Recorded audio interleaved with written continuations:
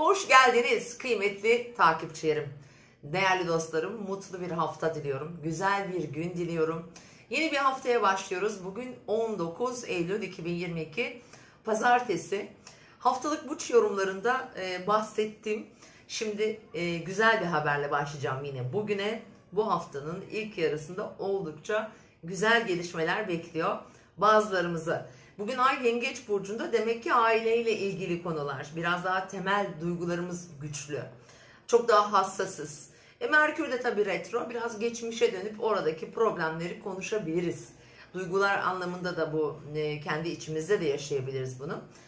Ama güzel olan şu ki bazı sorunları çözeceğiz. Ve sürprizler yaşayacağız. Hiç beklemediğimiz alanda olacak. Çünkü Salı günü gerçekleşecek ama bugün de etkili olacak Uranüs-Venüs üçgeni var kıymetli dostlarım. Bunlar yakın çevremizle olan bağlarımızı aniden farklı bir yöne taşıyabilecek potansiyele sahip bir açı. Yenilik açısı aynı zamanda. Parayla ilgili de güçlü etkileri var. Bilhassa tabii konu yengeç, yani ay yengeçte olduğunda yaşam yerimiz, ailemiz, gayrimenkuller, onların parayla olan ilişkileri, onları satıp paraya çevirmek veya hakkımız olan bir paraya kavuşmak, bu şekilde de düşünebilirsiniz. Aynı zamanda bazılarımız için hani Merkür de retro olduğu için eski aşkların, eski ilişkilerin tekrar hayata dönebileceğini, tekrar başlama potansiyeli olduğunu da gösteriyor.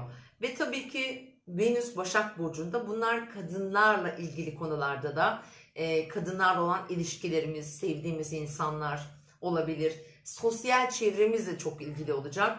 Burada yeni bir iş fırsatı olarak da düşünebilirsiniz. Bunu bir beklentiniz bu yönde de olabilir. Veya hayatınızda yeni bir pencere açabilirsiniz. Mesela kazançlar bakımından. Hayatınızda bir iş yapıyorsunuzdur. İşte oradan gelirinizi sağlıyorsunuzdur. Mesela diyelim ki bunun ikinci veya üçüncü ayakları olabilir. Hani böyle gelir kapısını çoğaltacak, farklı gelirleri farklı yollardan sağlayabileceğimiz fırsatlar olarak da düşünebilirsiniz. Çünkü Uranüs hani Boğa'da, işte toprak grubunda oluyor bu üçgen açı. Biraz daha hani emek vererek yapılan işler, sağlık sektörü, ondan sonra biraz daha hani Başak da çünkü bu alanları tetikliyor ve Güneş de hala bu alanda olduğu için aynı zamanda şu anki haritaya göre baktığımda şans noktası da Başak'ta. İşle ilgili de sürprizler olacaktır.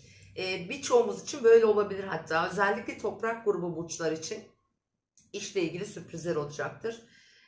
Boğalar, Başaklar ve Oğlaklar. Tabii ki aşk hayatı olacak birçoğumuz için. Güzel sevinçler yaşayacağız ve bazılarımızda çocuklarla ilgili, ilişkilerle ilgili gerçekten beklenmedik bebek haberleri, dediğim gibi kazançlar olacak. Finansal anlamda mesela yabancı para birimleriyle ilgilenenler sürpriz kazanımlar elde edebilirler. Burada piyasalarda bir değişiklik, hızlı bir değişim bu arada olma ihtimali var. Tabii Merkür retro olduğu için şöyle de değerlendirebiliriz. Bir anlaşmazlığın tatlıya bağlanması, bir geriye dönük bir hesaplaşma, mesela bir hukuki süreç diyelim ki onun olumlu sonucu olabilir. Çünkü bu görünüme göre yine sonlanma, bir netice alma potansiyeli de var. Ama bugün genel olarak çok duygusal, hassas, çok aşırı duyarlı ve kırılgan da olabiliriz. Bunlara birazcık daha hani farkında olursak gereksiz, manasız kırılganlıklar da ortaya çıkabilir. Çünkü Merkür retro burada alışılmadık böyle duygu hallerine sokabilir bizi. Biraz böyle çok hassas, geçmişle ilgili düşünüp de bugüne işte şöyle olmuştu, böyle olmuştu, şöyle demişti gibi durumlar da olma ihtimali var. Şimdi bugün açılardan bahsedeyim. Sabaha karşı Güneş Plüto arasında bir üçgen açı oluşuyor. Sabah ayın 19'una girdiğimizde, yani 05-06 sıralarında, bu tabii ki 26 derece toprak grupları için çok önemli bir başarı getirebilir.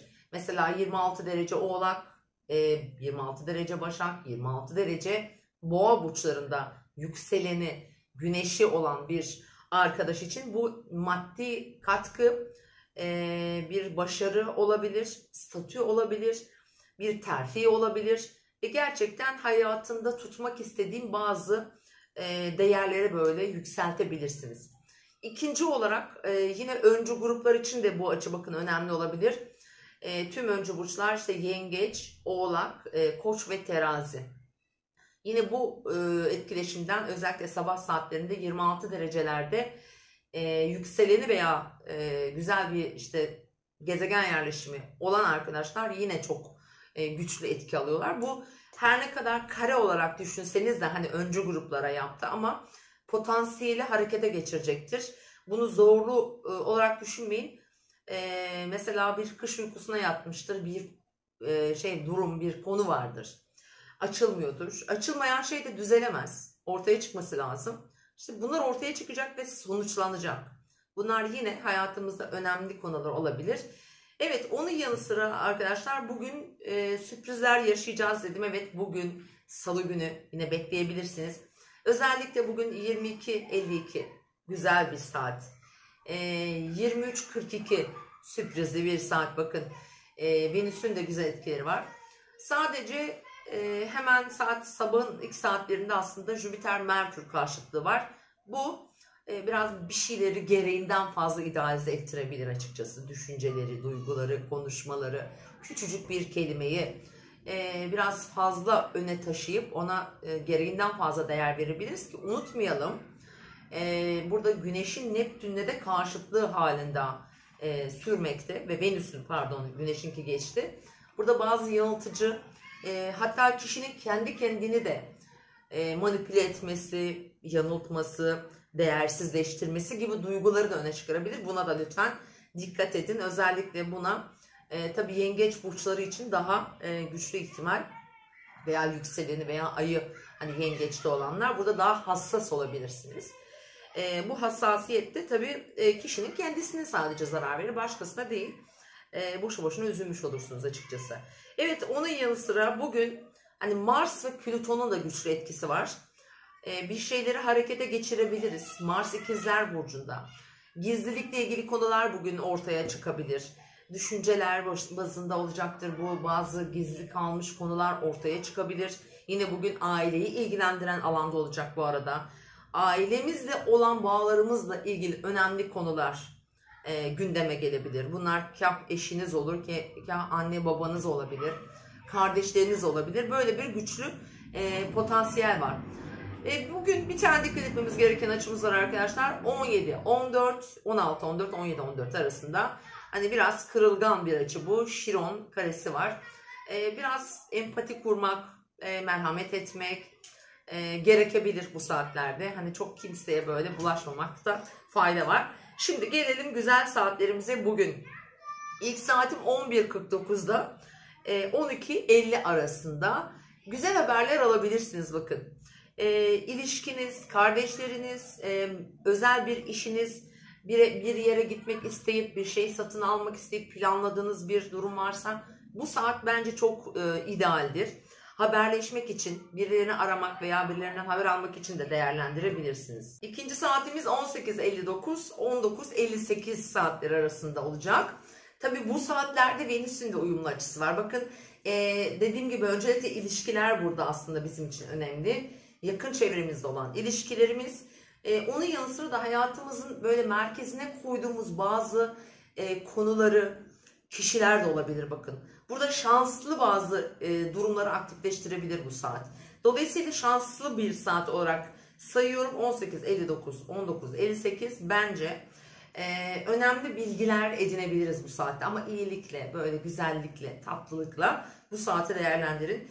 Diğer saat ise 01:49, 02:48 saatler arasında yine kendi iç huzurumuzu sağlamak, değişim ve dönüşüme katkıda mesela bulunabilecek ritüeller, dua, ondan sonra bazı işte inandığımız değerlere daha böyle saygılı yaklaşmak. Özellikle bir şeyin altını da burada çizmek istiyorum. Bir dua ederken nasıl hani özel bir hazırlık yaparız. Sakin, sessiz bir yer seçeriz. Mümkünse gece saatlerini tercih ederiz. Duamızı ederken veya bir ritüel yaparken, bir meditasyon yaparken de aynı özeni tabii ki mutlaka göstermeliyiz.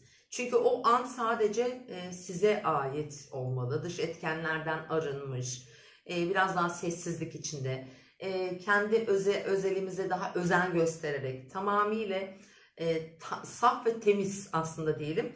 Bu saati bunun için arkadaşlar bence bu gece kullanabilirsiniz.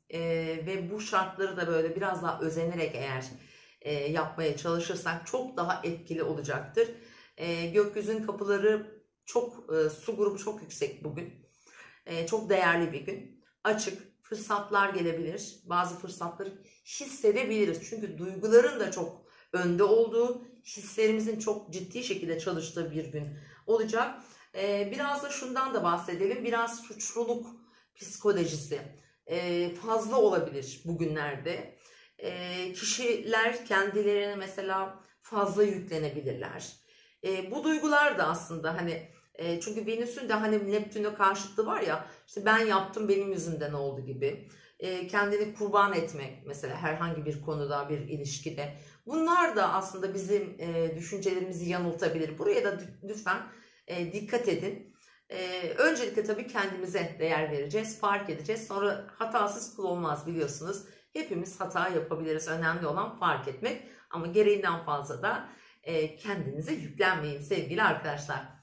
Haftalık burç yorumlarınızı yayınladım. Bu hafta erken yayınladım. Ama ne hikmetse fazla izlenmemiş. Neden öyle oluyor bilmiyorum. Tek tek çekip uğraştım hepsine. Bakıyorum yani çok az izlenmiş gerçekten. Buna da bir çare bulamadım maalesef. Umarım izlersiniz, paylaşırsınız, beğenirsiniz, yorum yaparsınız sevgili dostlarım ve işinize yarayacak bilgiler de var gerçekten. Mutlu bir pazartesi diliyorum. Salı günü yeniden görüşmek üzere. Hoşçakalın.